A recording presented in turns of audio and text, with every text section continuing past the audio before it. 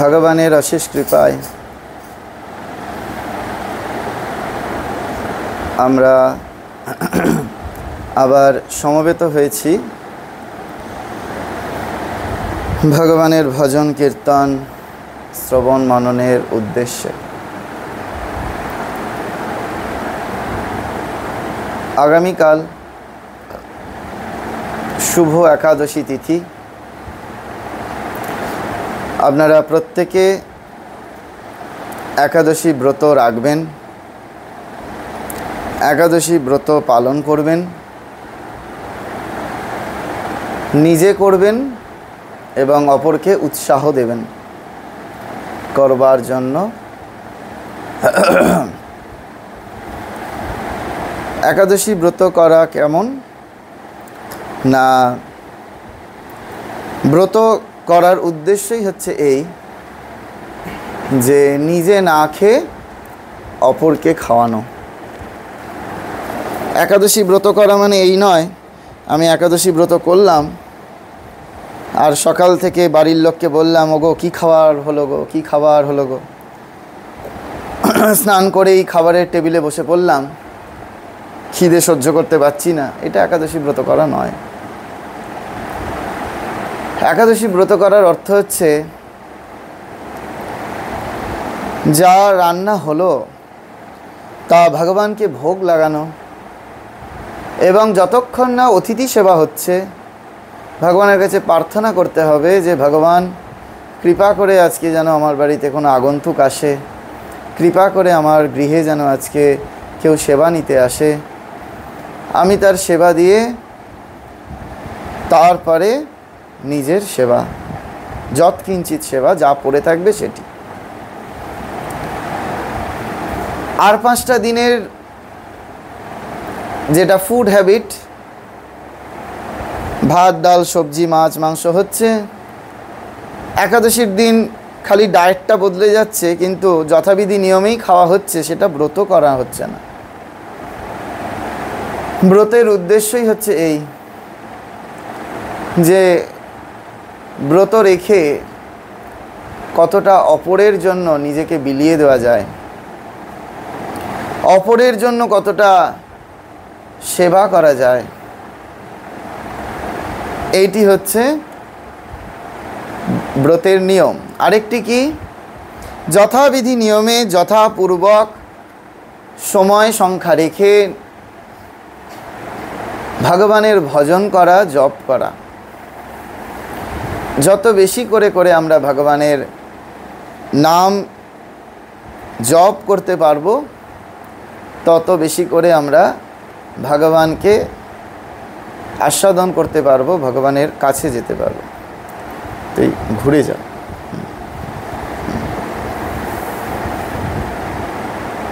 আজকের আমাদের আলোচনার বিষয় যে আমরা ভক্তি জীবন দৃঢ় করব কেমন করে। আমরা ভক্তিপথে এসেছি কিন্তু ভক্তিপথে দৃঢ়তা আসে না।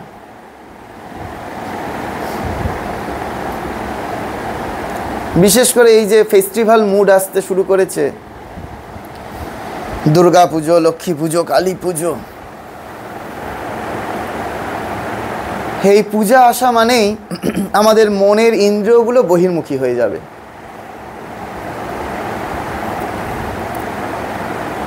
এতদিন অন্তর্মুখী ছিল, কিছুটা ছিল, রেজিস্ট করা হয়েছিল, কিন্তু যেই ফেস্টিভ্যাল মুড আসবে, আমাকে এরকমভাবে সাজতে হবে, আমাকে এই ড্রেস পরতে হবে, আমাকে এই ড্রেসটা কিনতে হবে, আমাকে বেড়াতে যেতে হবে, আমার আত্মীয় পরিজনকে খুশি করতে হবে, ইন্দ্রিয়গুলো বহির্মুখী হতে শুরু করবে এই ফেস্টিভ্যাল মুড। কিন্তু উদ্দেশ্য তো পূজার এটা নয়।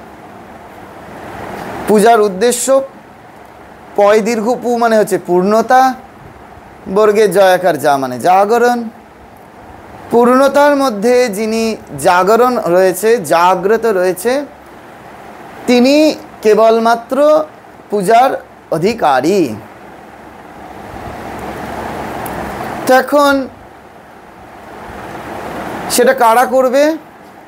না ওই আর 5টা লেম্যান যারা রয়েছে, যারা বুঝতেই পারছে না যে আমাদের জীবনের উদ্দেশ্যটা কি আছে, যারা বুঝতে পারছে না যে এই জগৎ সংসারে নিত্য বস্তু কি আছে, তারা করবে।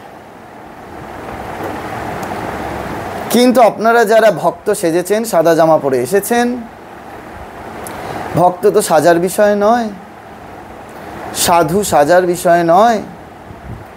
তো ভক্ত হতে হয়, সাজতে নেই বাবা। একটা টিপ পরে নিলাম, গলায় কণ্ঠি পরে নিলাম, কি রুদ্রাক্ষ পরে নিলাম, একটা সাদা জামা পরে নিলাম, সাদা ধুতি পরে নিলাম, ভক্ত সেজে গেলাম। তো ভক্ত সাজা যায় না, ওটা ওই গজলাইকে যেমন আমরা খুশি সাজি, ওরকম একটা জাস্ট ফর শো হবে, যেটা সাজা হবে। কি না বেশ ভক্ত সেজেছে। তা আপনারা যদি সেরকম হন তাহলে ঠিক আছে, যে ভক্ত সাজবো, কিন্তু ভক্ত সাজার বিষয় নয়, ভক্ত হওয়ার বিষয়। এখন এই ভক্ত হতে গেলে যে দৃঢ়তা প্রয়োজন, সেটা কি করে সম্ভব? আমাদের এই বহির্মুখী ইন্দ্রিয়গুলোকে কি করে অন্তর্মুখী করা সম্ভব?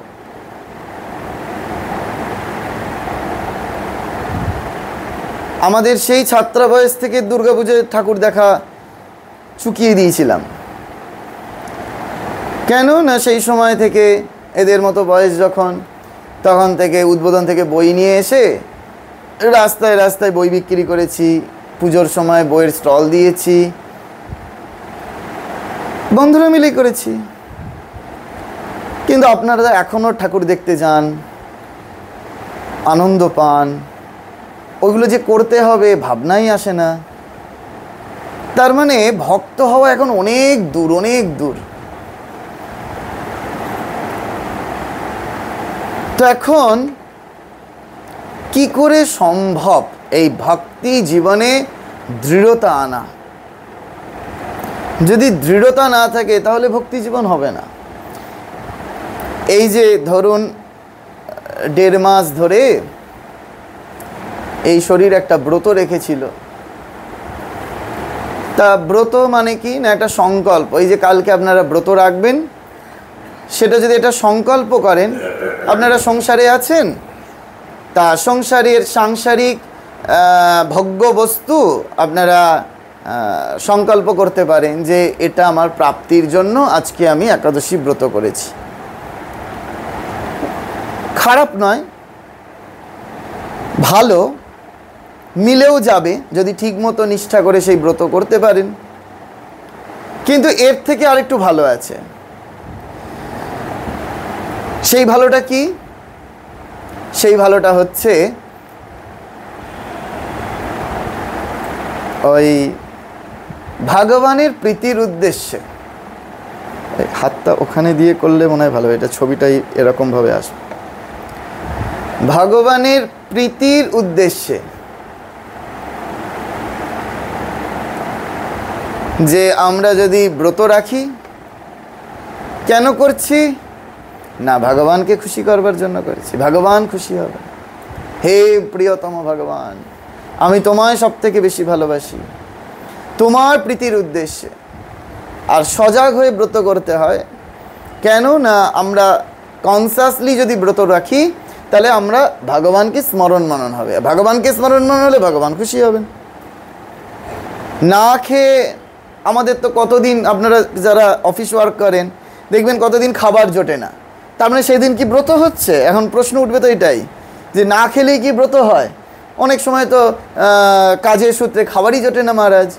তো সেই দিনের সাথে একাদশীর তফাৎ কোথায়? ঠিক কি না? তফাৎ ওই জায়গায়।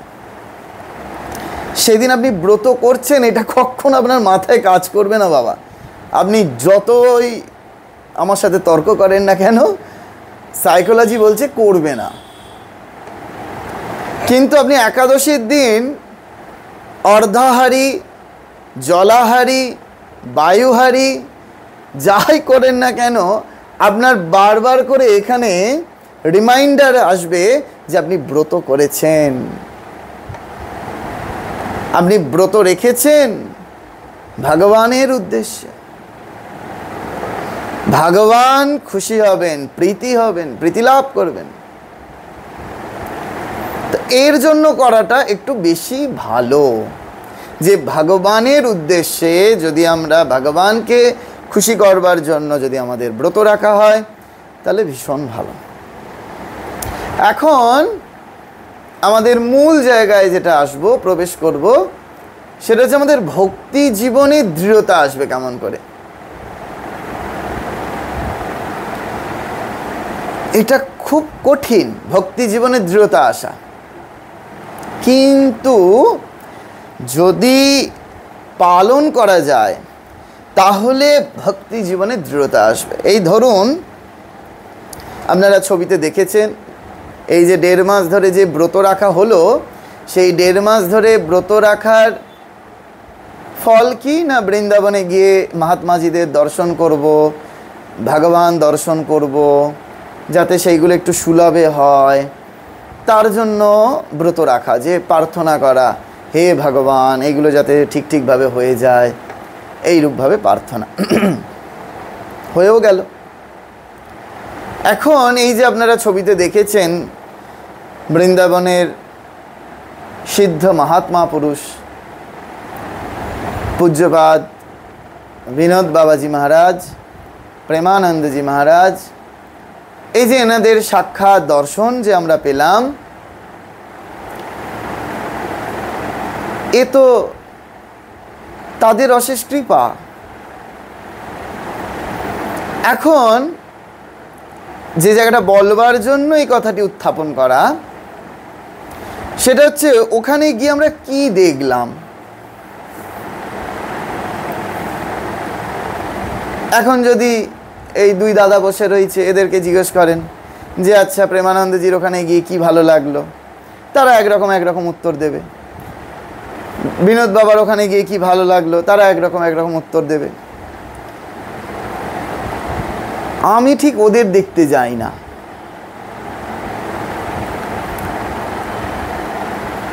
ওনাদের তো অশেষ কৃপা, দর্শন তো হচ্ছেই।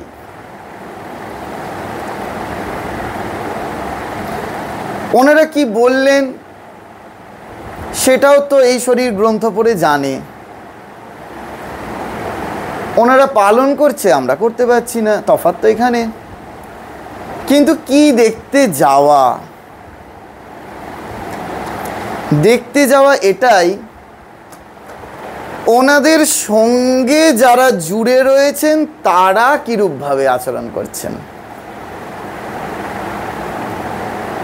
আমার দর্শনটা ওই জায়গায়। আমরা গত বছর 1.5 বছর আগে বৃন্দাবনে গিয়েছি, বিনোদ বাবার কাছে গিয়েছি, সেখানেও তাদের সেবকদের দেখেছি, এবারে গিয়েও তাদের সেবকদের দেখছিলাম। তারা বলছে না বা রুটিনটা চেঞ্জ করছে না যে এতদিন তো করছি, রোজই তো করছি, একদিন সেবা না করলেও তো হয়, সব শুক্রবারই যাচ্ছি, একটা শুক্রবার তো না গেলেও হয়। আমাদের এটা হয়। আমি ওদের দেখতে যাই। মহাপুরুষরা তো মহাপুরুষ হয়েই গেছেন, কিন্তু মহাপুরুষের সঙ্গে যারা রয়েছেন তাদের নিষ্ঠাটা দেখতে যাই। এবারেও প্রেমানন্দজি মহারাজজির কাছে গিয়ে তলা থেকে ওপরে যখন যাচ্ছি, প্রত্যেকের যে নিষ্ঠার সহিত সেবা, ওটাকে আমি ফলো করছিলাম। ওদেরকে তখন বলিনি, এখন বলছি সকলের সামনে। দেখার দৃষ্টিভঙ্গিটা ওই আগে একদিন শুনিয়েছিলাম না, যার যেমন দৃষ্টি, যথা দৃষ্টি তথা সিদ্ধি। যার যেমন দৃষ্টি তার তেমন লাভ হবে। ঠিক সেরকম ওই তাঁরা কি করে জুড়ে রয়েছে, তার সঙ্গে কিরকম যুক্ত হয়ে রয়েছে, লেগে রয়েছে, কিভাবে তার সেবা করছে। বিনোদ বাবা এই প্রেমানন্দজি মহারাজজির যে ভিডিওগুলো আপনারা দেখবেন, সেখানে সামনে একটা রুমাল রয়েছে, সেই রুমালটা কখন ভাঁজ করে দিতে হবে, কখন উল্টে দিতে হবে, আমি ওগুলো দেখছিলাম বসে বসে। আমি ওনার কথা মন দিয়ে শুনি, যেটা আমার তো ছোটোবেলাকার একটা হ্যাবিট, যে ওই শত চারদিকেও যদি আমার দৃষ্টি থাকে কে কী বলছে সেটা আমার কানে প্রবেশ করে। কিন্তু আমি ওটা দেখছিলাম। এখানে যেমন শুরু হয়ে গেছে, মালাটা কেউ দেবে এই বোধটাই এখন এখানে কারোর হচ্ছে না, এতগুলো সপ্তাহ হয়ে গেল। এইখানে তফাৎ বুঝে নিন ভালো করে। আমরা কি করতে সাধু সঙ্গে যাই, সাধু সঙ্গ থেকে কি শিখি? কিছুই শিখি না। ওই যে তারা সেবাটা কি করে করছে, এমনি এমনি তো মঠ থেকে এর নাম রাখিনি সেবা পরানন্দ। সেবা করা, ওই ওকে কালকে বলছিলাম, আর কাজ করার মধ্যে পার্থক্য আছে। আমরা কাজটাকে সেবা বলি। আজকে মায়েদের বলছিলাম, এই মায়েদের যেমন বললাম ফোন করে, এই রান্না করতে হবে, মায়েরা ভাবছে এটা বোধহয় সেবা। না, এটা সেবা না। যখন এইখান থেকে বেরোচ্ছে কোনো কিছু যে এটা করতে হবে বাই অর্ডার, এটা কাজ। ওখান থেকে যখন আসবে, প্রেমানন্দজি বলছে না রুমালটা উল্টে দাও, ওরা দাঁড়িয়ে আছে, ওরা বুঝে ওটাকে উল্টে দিচ্ছে, ওটা সেবা।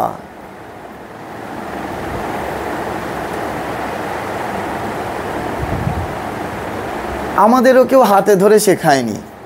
মঠ মিশনে যে গেছি, আপনারা বলেন মহারাজ আপনি তো ছোটবেলা থেকে মঠ মিশনে গেছেন, এই জন্য এইসব শিখেছেন। না না না না, কমন সেন্স, কমন সেন্স। এই কিছুদিন আগে কল্যাণীতে বড় বাবা বলছিলেন যে রান্না কখনো শেখা যায় না, কমন সেন্স। সেবা কখনো শেখানো যায় না, কমন সেন্স। এই কমন সেন্সটাই হচ্ছে না আমাদের। তাহলে তো ভক্তি জীবনে দৃঢ়তা আসবে কি করে? চোখ কান খোলা রাখতে হয়। বুঝতে পারছো তোমরা যে কি করতে যেতে হয় সাধু সঙ্গ করতে? সাধুর কাছে গিয়ে তার চারপাশের মানুষগুলোকে দেখতে হয় যে তাদের নিষ্ঠা, ওই নিষ্ঠাটি যদি না থাকে কিচ্ছু হবে না বাবা। এই আমার গুরুদেবের কোয়ার্টারে যখন ওই সেবা করতে যাই প্রথমে, তখন মহারাজজি শিখিয়ে দিয়েছিলেন, দেখো সেবা দিতে যাচ্ছ, সেবা নিতে নয়। তো মহারাজের কোয়ার্টারে মহারাজের প্রণামের পরে একটু টিফিন আদির ব্যবস্থা হতো। এই শরীর ওই সব না। মহারাজের প্রসাদী হয়তো কীরকম প্রসাদী না, ওই মহারাজকে লেবু দেওয়া হতো, লেবুটা চিবিয়ে মহারাজ ফেলে দিতেন রসটা খেয়ে, তো ওইটি প্রসাদ রূপে বেশ ওইটুকুনি মহারাজের চিবানো। মহারাজরা বারণ করতেন এই সব কেন? তাই বলতেন সেই ছোট্টবেলায় দাদু পান চিবিয়ে দিত, হাতে দিত, সেই পান খেয়েছি তো, কোনো তো অসুবিধা হয়নি। সেবা হচ্ছে এইরূপ বাবা। সেবা নেওয়ার জন্য না, সেবা দিতে গেলে ওই কমন সেন্সটার খুব প্রয়োজন, যে যার সেবা করব বা মানুষের, যদি আর্ত ব্যক্তিরও সেবা করি, আমার এখন, আমি খুব উদাহরণ দিই না, যে আমার এখন আমরা শাস্ত্রে পড়েছি, শাস্ত্রে জানি যে পদসেবা করাটা খুব ভালো, কিন্তু যার সেবা করছি তার মাথার যন্ত্রণা হচ্ছে। কিন্তু আমি যেহেতু শাস্ত্রে পড়েছি পদসেবা করলে ভালো, আমি তার পা টিপছি জোরে জোরে জোরে জোরে। আরে ও তার পা টিপলে হবে না, তার মাথার যন্ত্রণা করছে, মাথা টিপতে হবে। এই সেবা করা মানে কমন সেন্সের গ্রো আপ করা। যদি আমার কমন সেন্সটাই না থাকে তাহলে বাবা সেবা হয় না। সেবা করা আর কাজ করা অনেক তফাৎ। এই যে আমরা সেবা কাজে এত বকুনি দিয়েছি দাদাদের এর আগে, না হলে এই ঘর আগে অন্য দাদাদের ভর্তি থাকতো, এখন তো আর বকুনি টকুনি দিই না। উদ্দেশ্য ওটাই, ওই সেবা ছিল না, ওটা কাজ হয়ে যাচ্ছিল, ওইগুলো তখনই বকুনি খাচ্ছিল। এখন ধীরে ধীরে ধীরে ধীরে হয়তো যারা লেগে রয়েছে আমার সাথে তারা একটু একটু বুঝতে পারছে কোনটা সেবা কোনটা কাজ, এই ডিফারেন্সটুকুনি অন্তত বুঝতে পারছে। আমরা প্রচুর রিলিফ ওয়ার্ক করি, বাংলায় তাকে ব্যাখ্যা করা হয় সেবা কার্য। এত সোজা নয়। সেবা কে করতে পারে? সেবা সেবক করতে পারে। আশ্রমের প্রেসিডেন্ট সেক্রেটারি বাবা সেবা করতে পারে না, জেনে রাখুন, সত্য কথা বলছি, অপ্রিয় কিন্তু সত্য। প্রেসিডেন্ট সেক্রেটারির দ্বারা সেবা হবে না, কারণ সে তো ধরেই নিয়েছে আমি প্রেসিডেন্ট, আমি সেক্রেটারি, আমাকে ওই কম্বলটা দিতে হবে, আমার ছবিটা না এলে তো হবে না। ওইটাকে আগে দূরে সরাতে হবে, সেবক হতে হবে, সেবক। আমরা যদি সেবক হতে পারি তাহলেই আমরা একমাত্র সেবা করতে পারি। আর যাবতীয় যা কিছু ওই কার্য জাস্ট ফর এখন ওই মানে কথার কথা হয়ে গিয়েছে সেবা কার্য, ওটা সেবা কার্য নয়, হতে পারে না। অন্তত স্বামীজির আদর্শে তো সেবা কার্য নয়।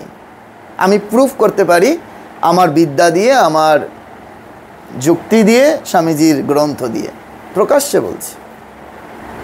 সেই ক্ষমতা আমি রাখি, অধ্যয়ন করেছি, শাস্ত্র পড়েছি, জানি, তর্ক করলে হারাতে পারবো।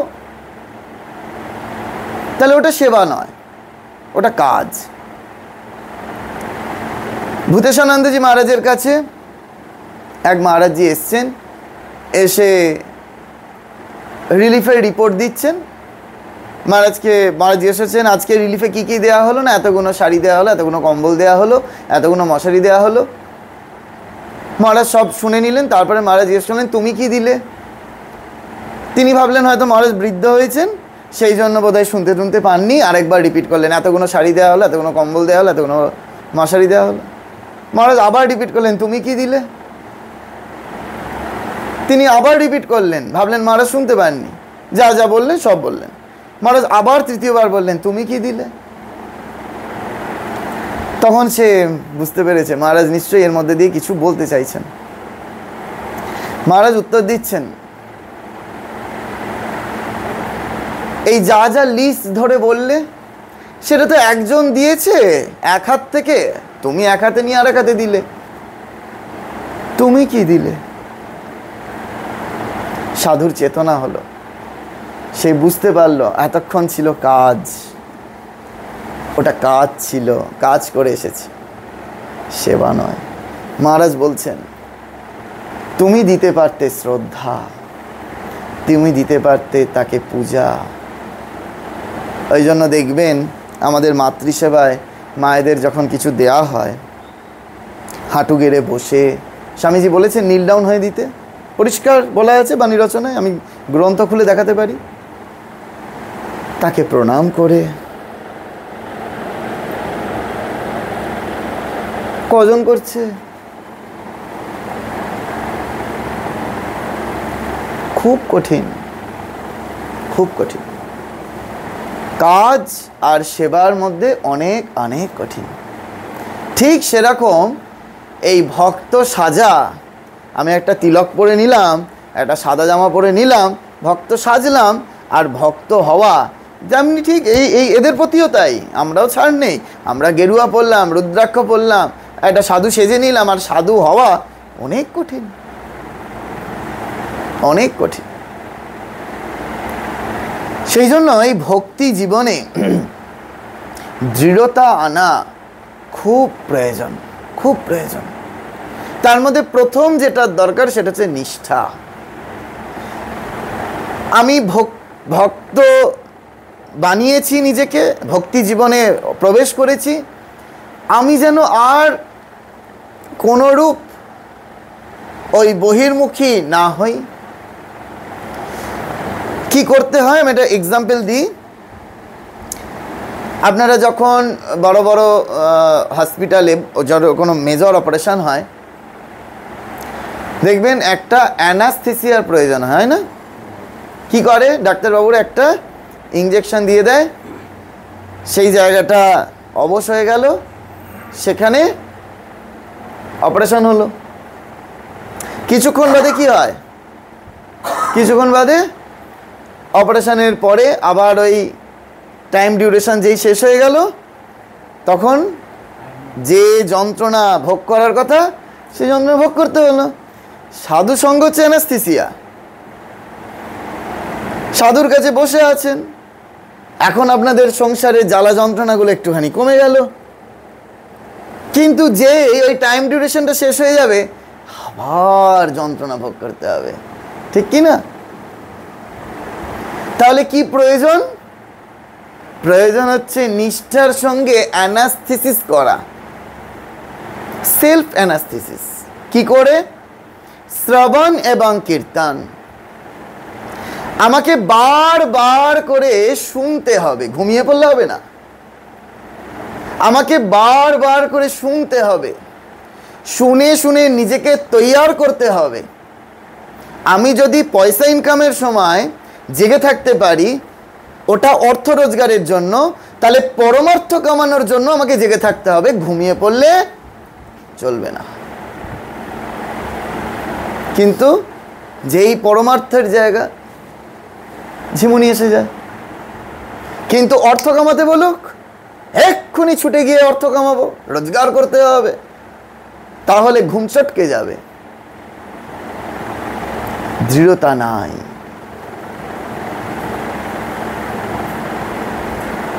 যোগ্য যখন যোগ্য হয় না, তখন কি করতে হয় না, বড় যোগ্য হলে ওই মাঝে মাঝে একটু করে কাঠ আর একটু করে ঘি দিতে হয়, না হলে যজ্ঞের আগুন নিভে যাবে। ঠিক সেরকম আপনারা ভক্তি জীবনে ভক্তিযজ্ঞ শুরু করেছেন, ওই শ্রবণ এবং কীর্তন যদি মাঝে মাঝে কাঠ এবং ঘি যদি না দেন, তাহলে ওই যজ্ঞের আগুন নিভে যাবে। তখন মনে হবে ও দুর্গা পুজো এসেছে, এখন তো আমায় ঘুরতে যেতে হবে, লক্ষ্মী পুজো এসেছে তো আমাকে ঘুরতে যেতে হবে, ফেস্টিভ মুড আমাকে পালন করতে হবে। ভুল হয়ে যাবে, খুব কঠিন। কঠিন বলেই আমি, আমার এক খুব বড় ম্যাথামেটিশিয়ান বন্ধু আছে, তাকে একবার প্রশ্ন করেছিলাম। সে একসঙ্গে ওই 4-5টা খাতায় দেখতাম স্টুডেন্টদের পড়াতে গিয়ে একই সঙ্গে অঙ্ক বলে দিচ্ছে, করে দিচ্ছে, এটা অদ্ভুত ক্ষমতা আছে ওর। তাই বলেছিলাম যে কি ধরনের ম্যাথামেটিক্স বেশি ভালো লাগে? তখন আমার উত্তর দিয়েছিল, সব থেকে কঠিন যে অঙ্কগুলো সেইগুলো সলভ করতে বেশ ইন্টারেস্ট লাগে। কার লাগছে? আমার লাগবে, আমি তো অঙ্কে দেখলেই ভয় পাই, আমার লাগবে না, ওই তার লাগবে যে খুব ভালো ম্যাথামেটিশিয়ান। ঠিক সেরকম যে খুব ভালো ভক্ত, সে ওই কঠিন রাস্তাটা দিয়ে যেতে পছন্দ করবে। অনেক রকম প্রতিকূলতা আসবে, বারবার অবস্ট্রাকশন আসবে। এই আজকে মায়েদের বলছিলাম, আপনারা বাড়ির বাচ্চাদের খালি বকুনি দিচ্ছেন, ওরে উঁচু ক্লাস হয়ে গেল, বেশি করে পড়, বেশি করে পড়, বেশি করে পড়। যদি যোগ্য সন্তান হয়, আপনারাও যোগ্য মা বাবা হচ্ছেন না, ওরাও যোগ্য সন্তান হচ্ছে না। যোগ্য সন্তান কি করে? বাবা মাকে ভগবানের দিকে ঠেলে দেয়। তা যোগ্য সন্তান যদি হয়, তাহলে তার বাবা মাকে যদি বলে, আরে তোমাদেরও বয়স হচ্ছে, তোমরা একটু বেশি করে ভগবানের নাম করো, লজ্জায় মুখ দেখাতে পারবেন না ওদের কাছে, লজ্জায় মুখ দেখানোর উপায় থাকবে না। কিন্তু আপনারা ওদেরকে বলছেন, ওরে উঁচু ক্লাস হয়ে গেল, পড়াশোনা কর, বেশি করে পড়াশোনা কর। আর আপনারও তো চুলদাড়ি পাকতে শুরু করলো, আপনি একটু বেশি করে ভগবানের নাম করুন। ঠিক সেরকম আপনি যত ভক্তি জীবনে এগোবেন, তত আপনার কোশ্চেন পেপার টাফ হবে। উঁচু ক্লাস হলে কোশ্চেন পেপার সহজ হয় না টাফ হয়? টাফ হয়।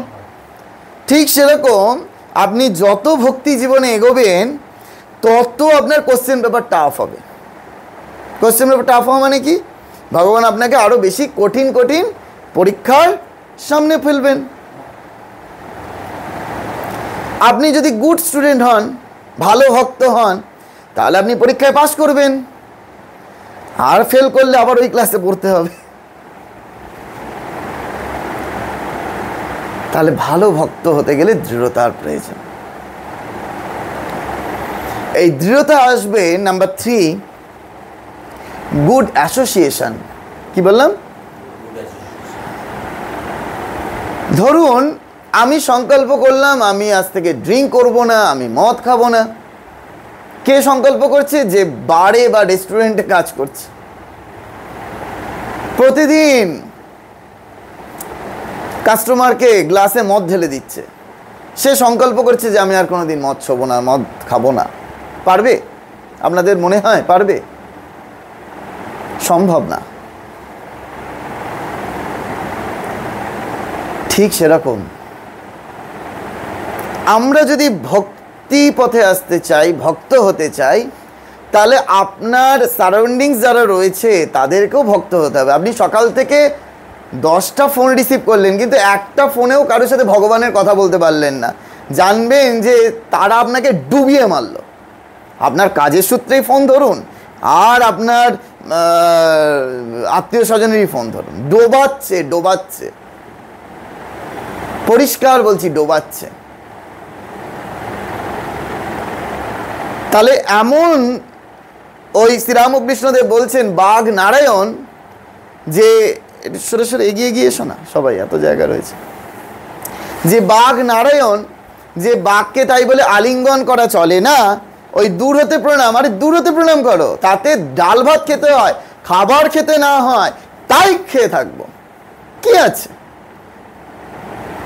কিন্তু যার সঙ্গে সকাল থেকে আমি 100টা ফোন রিসিভ করলাম, কি আমি 10টা ফোন রিসিভ করলাম, কিন্তু একজনের সাথে ভগবানের কথা বলতে পারলাম না, তাহলে সেই ফোন রিসিভ করার মানে কি রইল?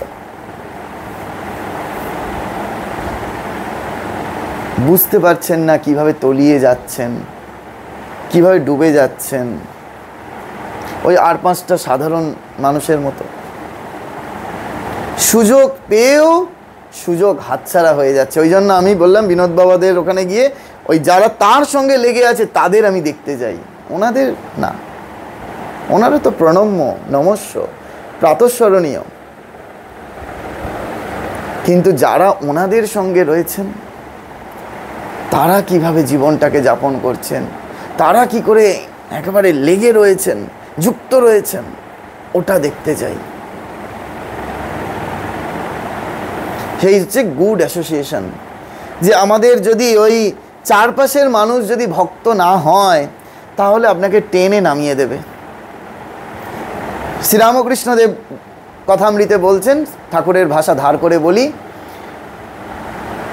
যদি আমরা এই ভক্ত ছাড়া অভক্ত কথাটা ব্যবহার করছি না এখানে, যারা ভক্ত এখনো হবে বলে ভাবতে পারছে না, ভক্তিপথে আসতে পারছে না, তাদের সঙ্গে যদি আমরা মেলামেশা করি কি হবে? শ্রীরামকৃষ্ণদেব কথামৃতে বলছেন, আমাদের হচ্ছে নিষ্কম্পমান প্রদীপ তৈরি হয়েছে। নিষ্কম্পমান প্রদীপ মানে প্রদীপের শিখা সবসময়ের জন্য কাঁপে, নিষ্কম্পমান মানে যে প্রদীপের শিখা কাঁপে না, তো সেই শিখা তৈরি হয়েছে। যেই মুহূর্তে ওদের সাথে কথা, আমাদের ওই শিখা দোদুল্যমান হতে শুরু করবে। ওরা আপনাকে না দুলিয়ে দেবে, আপনাকে বোঝানোর চেষ্টা করবে, আর কি করছিস, এই পয়সা ইনকাম কর, একটা এসি আছে আরেকটা এসি লাগাবি, রোজ মাংস ভাত খাবি, পয়সা ইনকাম কর, আরো জমি কিনবি, বোঝাবে আপনাকে। আপনার ভক্তি জীবন চটকে যাবে। আপনি ভাববেন, ও তাই তো, হ্যাঁ, দুদিনের জীবন যতবারই ভোগ করে নি। চারবাক দর্শনে আছে না, ঘি খেতে হবে পয়সা না থাকলেও ধার করে। এটা ভোগবাদের দর্শন, ওই দর্শন আমাদের জন্য না। আমাদের দর্শন শেখাচ্ছে যে কি করে আমরা উত্তরোত্তর ভক্তি জীবনে বৃদ্ধি পাব। জমিদারের বেটা বলরাম বসু, আজকে যেটা বলরাম মন্দির, ছেঁড়া মাদুরে শুচ্ছেন, চাকরটা এসে বলছে, বাবু 2টো পয়সা দিন, একটা মাদুর কিনে আনি, ভালো মাদুরে শুন। উনি বলছেন, বাবা 2টো পয়সা থাকলে সাধু সেবা হবে। রেখে দিচ্ছেন 2টো পয়সা, ভোগ করছেন না। আজকে দেখুন বৃন্দাবনে, পুরীতে, কলকাতাতে ওনার সব বাড়িগুলো রামকৃষ্ণ মিশন হয়ে গেছে। কত সৌভাগ্যবান! সেই জন্য ভক্তি জীবনে দৃঢ়তা আনা খুব খুব গুরুত্বপূর্ণ। আরেকটা কি, নাম্বার 4, এই ভক্তি জীবনে দৃঢ়তা আনতে গেলে প্রচুর পরিমাণে সহযোগিতার প্রয়োজন, হেল্প প্রয়োজন। আপনারা দেখেছেন বাচ্চাদের যখন আপনারা সাইকেল চালানো শেখান, তখন ওই 3 হুইল সাইকেল পাওয়া যায়, তাই না? পেছনের 2টো এক্সট্রা চাকা থাকে বা সাইডে একটা চাকা থাকে, 3 হুইল সাইকেল বলা হয়, যাতে পড়ে যাবে না। কিন্তু যখন সাইকেল চালানো শিখে যায় তখন কি হয়, ওই চাকাটার প্রয়োজন হয় না, খুলে দিতে হয়। ঠিক সেরকম এই দৃঢ়তা আনতে গেলে আপনাকে ওই এমন কোনো ভক্তের, ভগবানের থেকে ভক্তের করুণা অনেক বেশি। আমি যেমন আপনাদের সহায়তা করছি, বলাটা খুব সোজা, পালন করা খুব কঠিন। আমারও যখন দেখবেন যে না মহারাজেরও এটা ভুল হচ্ছে, আপনারা আমাকে সহযোগিতা করবেন। কীরকম জানেন, আমাদের কি হয়, সাধু সঙ্গের প্রয়োজন, সহযোগিতার খুব প্রয়োজন। এই ব্রত রেখেছিলাম, নিরামিষ আহার ভোজন করছি, একদম খোলাখুলি বলছি আপনাদের, এসব প্রকাশ্যে বলাই ভালো। এগুলো রেখে ঢেকে বললেই, আমাদের এই এতদিন রেখে ঢেকে বলাতেই তো আজকে আমাদের ধর্মের এই অবস্থা। সঙ্গে সঙ্গে মহারাজজিকে ফোন করলাম, আমাদের যারা সিনিয়র মহারাজ আছেন। মহারাজ বললেন, খুব ভালো, নিরামিষ খাচ্ছ। আমারও 6 মাস আগে খুব মনে হলো যে নিরামিষ খাবো, ভাল লাগছে না আমিষ আহার, 6 মাস ধরে নিরামিষ খেলাম, কিন্তু নিরামিষ খাওয়ার অহংকার যেন না আসে। দেখুন, এ হচ্ছে সহযোগিতা করা। যে নিরামিষ খাচ্ছ, খাও, খুব ভালো, কিন্তু নিরামিষ খাওয়ার অহংকারটি যেন না চলে আসে। বেশ 10 জনকে বলে বেড়াবো যে হ্যাঁ আমি এখন নিরামিষ খাচ্ছি, হ্যাঁ আমি এখন এই ব্রত রেখেছি, না বলতে পারা যাবে, কিন্তু যেন অহংকার প্রকাশ যেন না হয়। কে করবে? ওই অপর একজন আপনাকে সহযোগিতা করবে, ধরিয়ে দেবে। ঠিক সেরকম এই আপনারা যদি ভক্তের সঙ্গে ভক্তরা জুড়ে থাকেন, কিন্তু আপনি ভাবছেন যে না ওই যে ভক্ত নয়, বিয়ে বাড়িতে নিমন্ত্রণ করেছে, এই 2 দিন বাদে কত ফেস্টিভ্যাল মুড আসছে, তারা নিমন্ত্রণ করবে, সামাজিক কথা তো রাখতে হবে, আমি তো তার নিমন্ত্রণে যেতেই হবে। যান, কোনো অসুবিধা নেই, খান, 24 লেজ্জ পেও, ডুববেন ডুববেন ডুববেন। কিরম হবে? 2-3 দিন ভালো জব হবে না, মনে হবে ও কালকে তো এত সংখ্যক জব করেছি, আজকে তো একটু না করলেও হয়, যে একটু কম করি না। মানে মনে হবে কি আপনার, মানে কাজের পরিস্থিতি এমন তৈরি হবে, আপনি চাইবেন না আপনাকে তৈরি হবে, ওই ডুববেন। মিলিয়ে নিন, এই শরীরের কথা মিলিয়ে নিন, আমি লিখে দিচ্ছি, হতে বাধ্য। সেই জন্য ভক্তি জীবনে আসতে গেলে এই অ্যাসোসিয়েশনটার খুব প্রয়োজন। আপনি গিয়ে কোথায় খাবেন, কার বাড়ি খাবেন, কার বাড়ি খাবেন না, কার গ্রহণ করবেন, কার গ্রহণ করবেন না। এই যেমন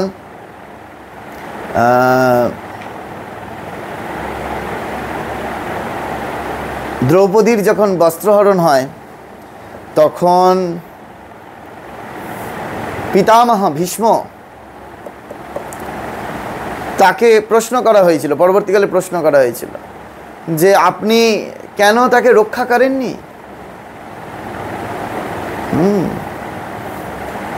তিনি উত্তর দিয়েছিলেন যে আমি তো তখন কৌরবদের অন্ন খাচ্ছিলাম, সেই জন্য আমার চিত্তটা এমন হয়ে গিয়েছিল যে আমি তাকে হেল্প করবো এই ইচ্ছাটাই জাগেনি। ভীষণ সায়েন্টিফিক এটা। স্বামী বিবেকানন্দ বলেছেন, এই কিছুদিন আগে কল্যাণীতে বড় বাবাও বললেন, যাত্রার হাতে বা যাত্রার জিনিস খাওয়া যাবে না। খুব শুদ্ধভাবে পবিত্রভাবে যে সমস্ত রান্না হচ্ছে সেই রন্ধনই একমাত্র ভক্তের জন্য উপাদেয়। স্বামীজিও বলেছেন পরিষ্কার, আমি বই খুলে দেখাতে পারি। অন্ন দোষ রয়েছে, রান্নার দোষ রয়েছে, স্পর্শ দোষ রয়েছে। যদি ভক্তি জীবনে দৃঢ়তা আনতে হয় তাহলে এইগুলো প্রত্যেকটি আমাদেরকে ফলো করতে হবে, মেনে চলতে হবে বাবা। যদি আমরা মেনে চলতে পারি তাহলে আমাদের ভক্তি জীবন উত্তরোত্তর বৃদ্ধি পাবে। আর না হলে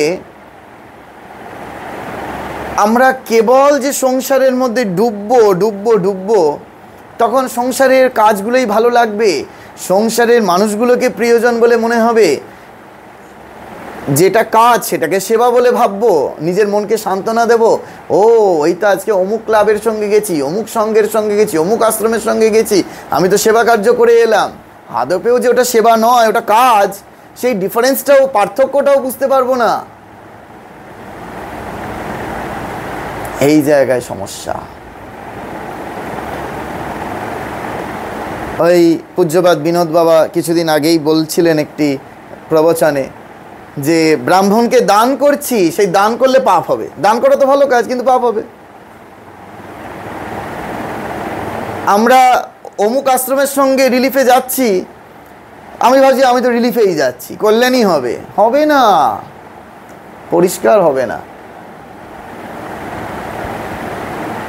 কথাগুলো তিতো, কিন্তু সত্য যে বাবা, খুব সত্য। তো সেই জন্য আগের দিন তো আপনাদের ক্লাস নিয়েছি যে কর্ম অকর্ম বিকর্ম নিয়ে, তাই না? তো এখন কোনটা, কোন কর্মের দ্বারা যে আমাদের ওই চিত্তশুদ্ধি হবে, কোন কর্মের দ্বারা আমরা ভক্তি জীবনে এগোতে পারবো, কোন কর্মের দ্বারা আমরা ভগবত ধামে যেতে পারবো, সেটা বুঝতে গেলে ওই টিচারের প্রয়োজন আছে। যে কোনো কাজ কখনো সেবা হয় না, সেবা করতে গেলে সেবক হতে হয়। সেই রূপ ভাবটিকে একেবারে আকর্ষণ করতে হয় নিজের মধ্যে, যে হে ভগবান, আমি শুধু কেবল তোমার, আমি সব সময়ের জন্য কেবল তোমার কথাই চিন্তা করব। শুধু রাস্তাগুলো আলাদা আলাদা হবে, কিন্তু সব সময় তোমারই চিন্তা করবো। এই রাধাষ্টমীর পরের দিন কিছু মায়েরা আমাকে ফোন করেছে, বলছে মহারাজ আপনি পারেন, এইরকম এই সবে ট্রেন জার্নি করে নেমেছেন, নেমেই অতক্ষণ ধরে ওইরকম এসে থেকেই শুরু করে দিয়েছেন। হ্যাঁ, আমি বললাম কেন? ট্রেন জার্নি করে এসে আপনাদের বাড়ির কর্তাদের যদি জিজ্ঞেস করেন যে যদি অফিসের কাজ থাকে, কি পয়সা রোজগার করতে হয়, তাহলে তারা ওই অবস্থাতেই ছুটবে, ওই অবস্থাতেই কাজে বসবে, কেননা 2 পয়সা ইনকাম হবে যে সেখান থেকে। আর আমিও তো সেই লোভী মানুষ, আমার মতো লোভী জগতে আর নাই। আমার লোভ হচ্ছে পরমার্থের লোভ। আমার যেই মুহূর্তে ওখানে টিকিট হয়ে গেছে সেই মুহূর্তে একের পর এক ফোন লাগিয়েছি, যে আমি তো জানি আমি নিজেও বাজার করতে পারবো না, আমি তো জানি আমি কিছু হেল্প করতে পারবো না, কিন্তু কন্টিনিউ ফোন করছি, এটার পর এটা করতে হবে, ওটার পর ওটা করতে হবে। আর গোটা ট্রেন জার্নিটা আমার খালি ভাবনা হচ্ছে এই তো একটু পরেই গিয়ে নেমে যাব, একটু পরেই গিয়ে পৌঁছে যাব, এরপরেই ভগবানকে এইরূপভাবে সাজাবো, ভগবানকে এইভাবে ভোগ লাগাবো, ভগবানের এরূপ আরতি করবো, ভগবানের কীর্তন করব। এই গোটা জার্নিটা কেবলমাত্র ভগবানের চিন্তা হয়ে গেল। আমি কি বোঝাতে পারছি আপনাদের? এই যদি নিজের কল্যাণ চান, নিজের মঙ্গল চান, আপনাকে আপনার পথ খুঁজে বার করতে হবে যে আপনি কি করে যোগযুক্ত হবেন ভগবানের সাথে। কেউ আপনাকে বলে দেবে না, আর বলে দিলেও যতক্ষণ না আপনার সঙ্গে তার দর্শন মিলছে সেটা আপনি মানবেনও না। সেই জন্য খুব করে নিজের কল্যাণ, পাগলেও বলে না নিজের ভালো বোঝে, আমরা সেই পাগলের থেকেও অত্যন্ত নিচের স্তরে রয়েছি, সেজন্য নিজের ভালোটা বুঝছি না। ওগো, ভগবানের সাথে যুক্ত হও। দেখোই না, দুদিন ডাল ভাত হবে, মাছ ভাত হয়তো হবে না, মাছটা হয়তো কিনতে পারবে না, ডাল ভাত জুটবে, বাড়ির বাচ্চারাও শিখে যাবে। ঠাকুরের পিতা ওই তো সবাইকে নিয়ে, ছোট্ট ছোট্ট বাচ্চা তখন, ঠাকুরের দাদারা এক কাপড়ে 1.5 গ্রাম ছেড়ে বেরিয়ে এলো। কাকে নিয়ে? রঘুবীরকে নিয়ে। আমাদের তো ওরাই আদর্শ। এই ভগবানকে ধরে থাকা। আর আমরা দেখুন কাজের জন্য কত মিথ্যা কথা বলছি না? কেন না? 2 পয়সা ইনকাম করতে হবে।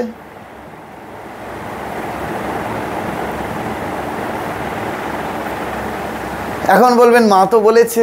মা কাকে বলেছে? যে জাগতিক স্তরে রয়েছে, জড়জগৎ নিয়ে মেতে আছে, তাদেরকে মা বলেছে। কিন্তু আপনারা যারা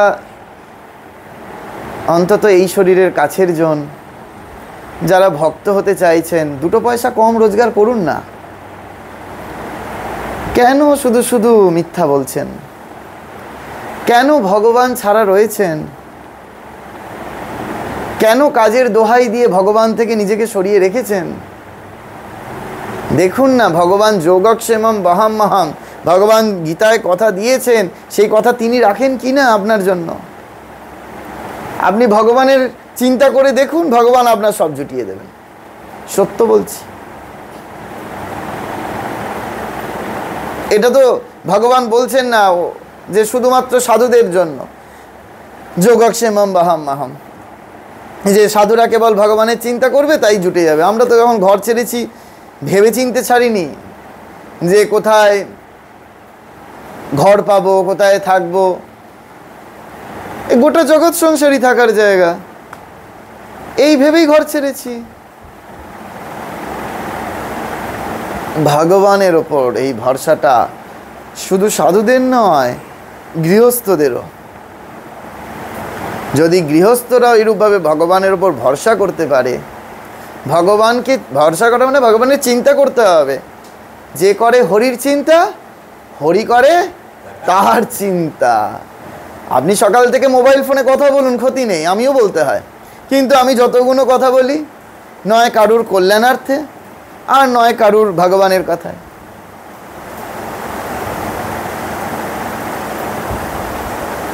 আর আপনারা দেখুন কথা বলেন মোবাইল ফোন ধরে, একটাও ভগবানের কথা কতক্ষণ বলেন একজনের সাথে ফোন করে? শুধু পয়সা পয়সা পয়সা, টাকা রোজগার করতে হবে। করুন, কিন্তু সেই তার মাঝে যদি ভগবানকে ভুলে যাওয়া হয়, ভগবানকে স্মরণ মনন যদি না হয়। এখন বলবেন আমরা তো ভগবানকে ডাকি। আমি এখন মজা করে বলি, ভগবানকে তো ওষুধের দোকানে যখন ওষুধের দোকানটা খোলে না, ওরাও একটু ধূপ দিয়ে ভগবানকে ডাকে। এখন আপনি কিভাবে ভগবানকে ডাকছেন? ওই ধূপ দেখিয়ে ভগবানকে ডাকার মতো, না ভক্তের ভগবানকে ডাকার মতো?